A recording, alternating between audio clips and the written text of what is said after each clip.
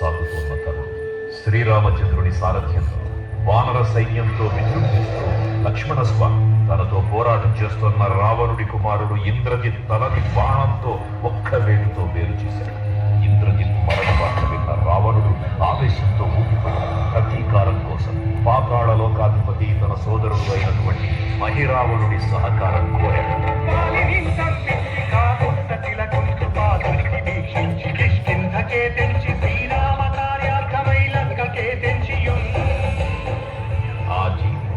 మకర ధ్వజుడు అనే మహాసముద్రాన్ని దాటుతుందని నీటిలో పడ్డ వేదవిందుడు ఒక మొసలి గ్రహించడం వల్ల జన్మించాడని తెలుసుకొని ఆశ్చర్యపోతాడు హనుమంతుడు.